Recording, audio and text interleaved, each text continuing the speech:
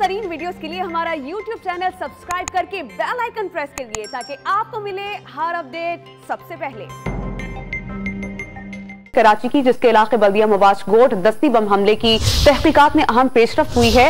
3 motorcycle सवार दहशतगर्दों को हमले में मुलव्विस करार दे दिया गया है। हमारे साथ मौजूद हैं डॉन न्यूज़ के नुमाइंदे इमरान हफीज। इमरान, बताइएगा मजीद क्या हकायक मंजर आम पर आए?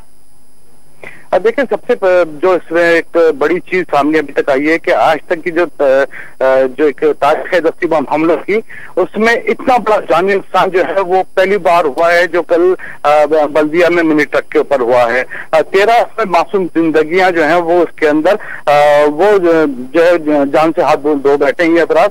अच्छा, जो इसके अंदर दीगर मामला हैं जो है वो जो खानदानी जराए ने जो एक तासुर दिया जा रहा था कि ये जाती है, उस चीज को मुस्तरद कर दिया। दहशतगर्दों का सुराग लगाने के लिए जियो फेंसिंग कर ली है।